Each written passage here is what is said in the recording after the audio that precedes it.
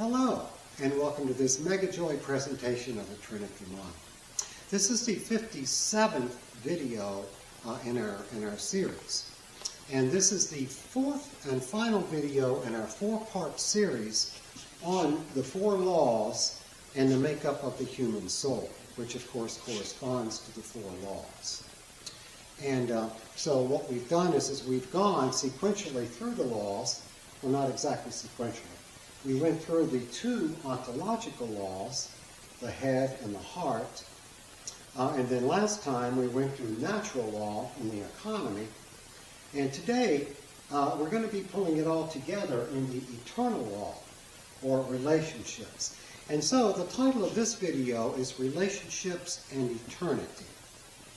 And what we do, the entire purpose behind the Trinity model is to make these concepts easily understood and easily applicable in any and all situations.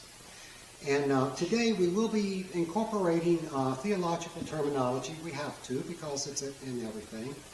But we're primarily going to be taking kind of an educational approach to this, which is what we do always. And we are process-oriented. We are looking at the whole. We teach whole to part, which is the best model for both learning and teaching.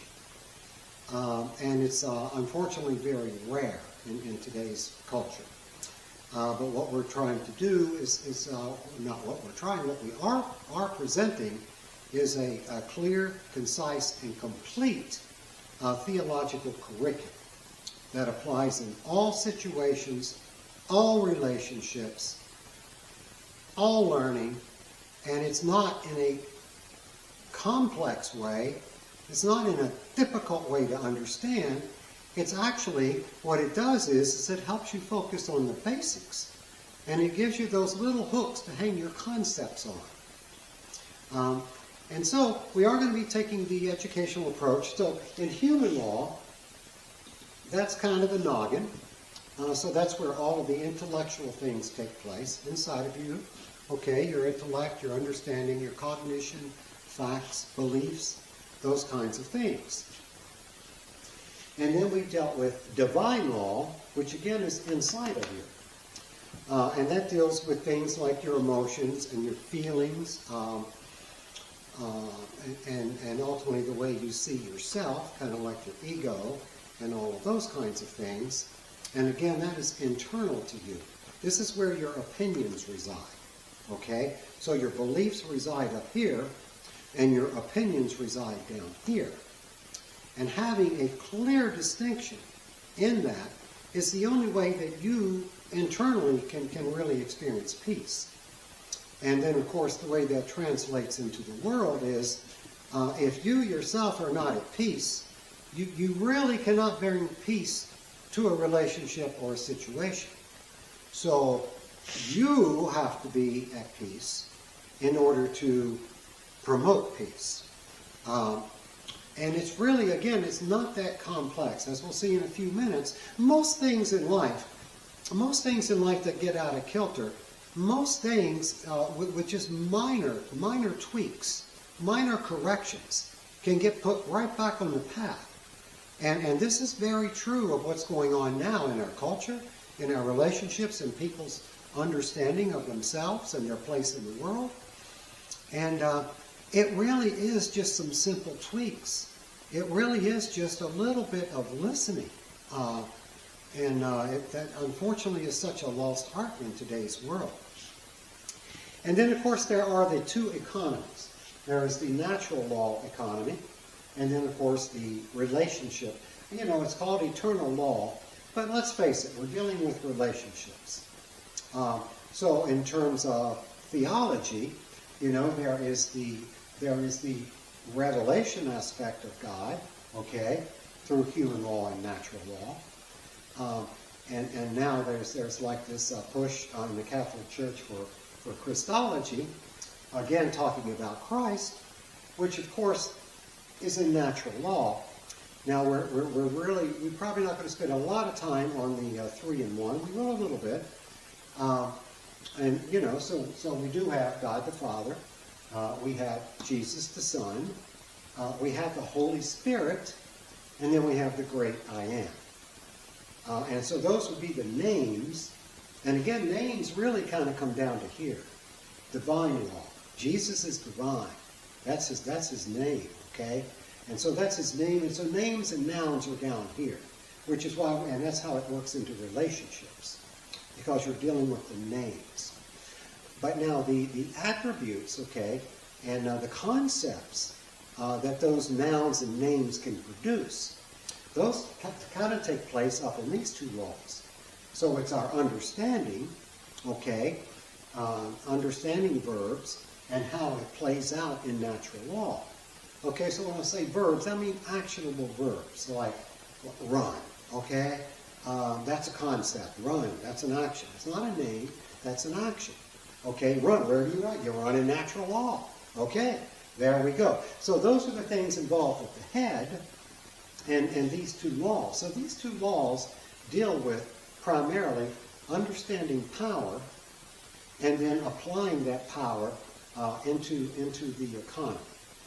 Okay, and so really your understanding we would call truth, and then putting truth into the economy is actually power down here in the natural law.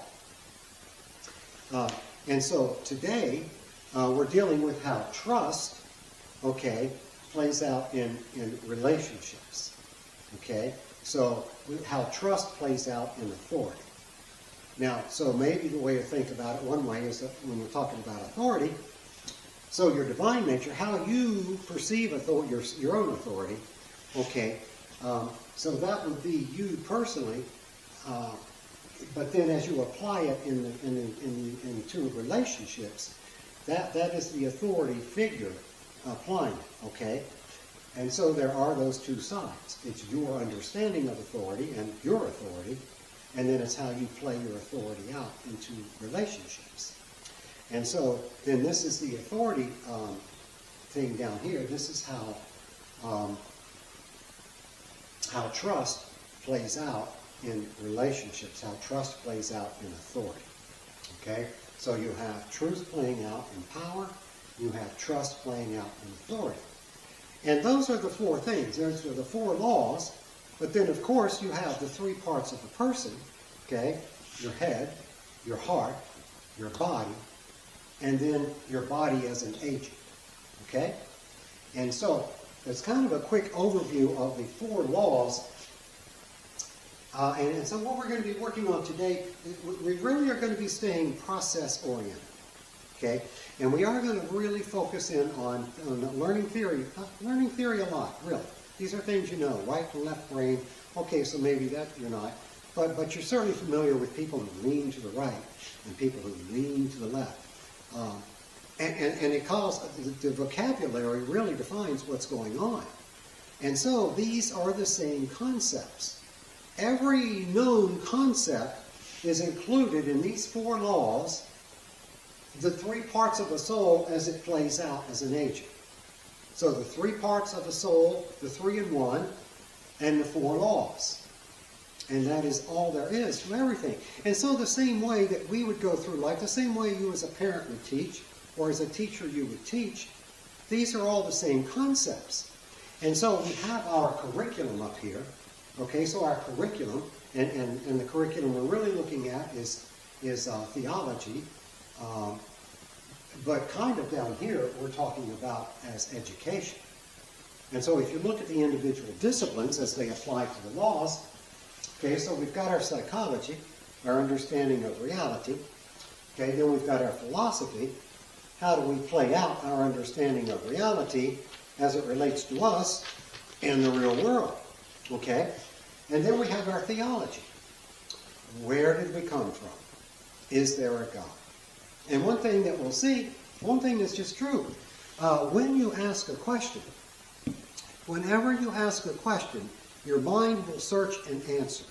Okay, that's just the way it's made up. Your mind just question and you search and answer. And so that's the way it's made up. And so that kind of relates to the questioning part being up here, our curriculum, but then you're going to be seeking an answer as it relates to you. So, where did we come from? Is there a God? And then how does that relate to me and my authority? And so kind of your questions dealing with the past, your faith, if you will. And then how does that apply to me, the person, moving forward, kind of like hope into the future. All of these things, there is no counterexample to anything that I'm describing here. And there is no concept that is too difficult for anyone who has a valid driver's license to understand. It really is this basic. And again, you really have to distinguish between your beliefs and your opinions. And if you can't do that, you cannot experience peace because there's just too much chaos and too many variables, because you don't have any way to make sense of it. Unless you understand the distinction between your head and your heart, between your beliefs and your opinions. And that's just paramount. And there is no way to experience peace if you do not have that understanding. Well, you can have the understanding. If you do not have that understanding and apply that understanding. But then, when you do, then you meet with success. And you meet with peace, inner peace. And when you have inner peace, then you can bring peace into the world, especially in relationships. Now, one thing that I've been was kind of surprised to learn, and I guess that makes a lot of sense. I live in Mecklenburg County, Virginia, and there are about 30,000 residents. And as it turns out, there are 600 churches. And so, for every 50 people, there is a different church. And, it's good to have subsidiary, and it's good that, that you have local people caring for local people, and that, of course, is the best approach to dealing with many and most issues. That is true. But each church has its own differing understanding about things like faith and hope and those kinds of things, and learning theory. And, I spent a number of decades, I was on a multidiscipline team in many capacities, working in the field of education, working with both regular ed and special ed kids, working with learning disabled, working with gifted and talented, working with emotionally disturbed, working in psychiatric facilities, working in public school systems. And by and large, there is no substitute for a multidisciplinary team when it comes to education. Okay? You bring in your knowledge about psychology, you bring in your knowledge about learning and teaching, your curricular knowledge, but then the real thing, and especially in special education, because they write IEPs, individual learning plans, and that has a lot to do with instruction. Okay, what's the learning style for this kid? Okay, and how best to present the curriculum to that kid, which requires kind of the teacher aspect. So again, curriculum, instruction, but it's multidisciplinary, and the more you can bring in all of the variables, the more you can make sense as to where they belong, the better you can address both curriculum and instruction. And so that's kind of where we are with the 4 roles.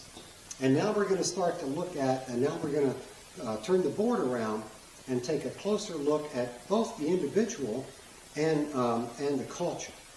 Because again, micro, how it works for the individual, beliefs and opinions, is also the same way it works in the culture regarding beliefs and opinions.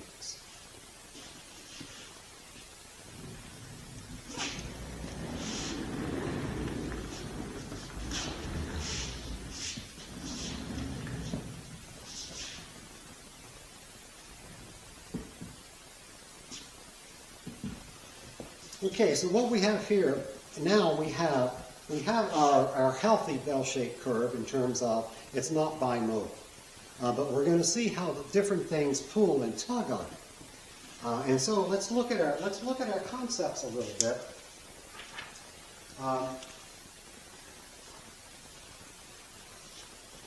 over here, again, this is your right brain, okay? But that's kind of a misnomer because it really, but in my picture here, but your right brain is the one that deals with your heart, okay? But it causes you to lean left, okay? So go figure. Anyway, this side deals with, if you look at the theological virtues, okay, and the theological virtue of hope, okay, so that resides in the heart. And the anti-hope virtue, the anti-hope is lust. And so the way this is going to be set up is, now these are the theological virtues, theological virtue and theological vice, if you will.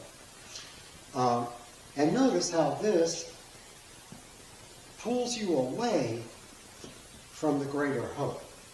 Okay? And that's what's happening. That's how you get to those bimodal things. Okay? So these are things that are tugging you away. And now those are the theological things, and yes, that's the ultimate big picture, okay? Hope for like eternal life, which is kind of what we're talking about today, is eternity, and where you're going to end up. And so that's the big thing, that's the theological thing. But then, of course, let's talk about it in terminology we all understand. Your opinions, okay? How you feel about things, okay? How you feel about yourself, how you feel about others, how you feel about the color red versus the color blue, okay? Your opinion. And it really deals with the issue of trust, okay? So as trust addresses authority. And now notice, the bulk of the people, and we're not going to go through any, mathematical manipulation here, but the bulk of the people are in the middle. The bulk of you's in the middle, and that's what I was saying earlier. If something gets off kilter, typically it only takes a minor adjustment to kind of get it back on track. Okay? And so the bulk of it's here. The bulk of the people are here. And what pulls them away? Well, first of all, it's not all the way total to lust. First of all, it's fear. Fear is what tugs at your heart. Fear is what causes doubt. Okay? Fear is like a big enemy in terms of having trusting relationships. Okay? So suspicions and fear. And so those are the things that are dealing with your heart and dealing with your hope, dealing with your opinions, dealing with your emotions. Okay? Now, the other half of you, okay, so you got a right brain and a left brain. And so your brain, again, is dealing with truth. So that's ultimate is truth. Okay? That would be regarding your faith, if you want the theological virtue. And then, of course, but the common term would be beliefs. What do you believe? What do you know? A lot of times people say, how do you think about it? Well, philosophically, there are like 4 ways to look at thinking. Again, we're not going too deep. But your beliefs, okay? So this is kind of, I know, beliefs aren't the same as faith. You get all those distinctions that can be made in a theological discussion. This is not about a theological discussion. This is about making things very understandable and doable and knowable. And you are free. You are free to study at a very deep theological level. Go get a couple of PhDs, whatever. But I'm talking about common knowledge, so you can get through life. You can get through life and have relationships go smoothly, and those kinds of things. Experience peace, and so that's what we're doing today. And so that's all the stuff that takes place in the noggin, in the head. And then the thing. Most of the time, when people get a little off from their beliefs, the beliefs don't quite match up with truth, and usually it's some form of confusion. Now, of course, there is confusion that can be caused from the environment. There's confusion that can be caused inside of the head. Okay, there are learning disabilities and maybe faulty beliefs that you may have, and those kinds of things. But then, of course, the anti-faith, okay, with faith being the theological virtue, the theological vice then would be greed.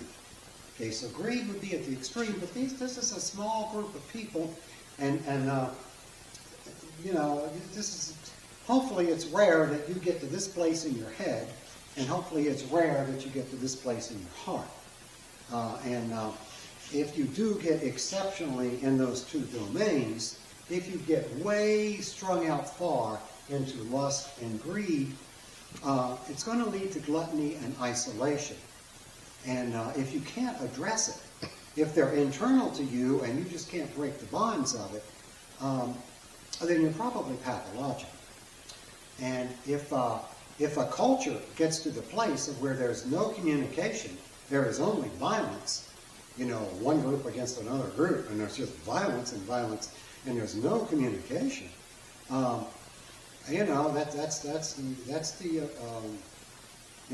that's pathology at a cultural level. And if there's no communication, it's going to be very difficult to address these issues.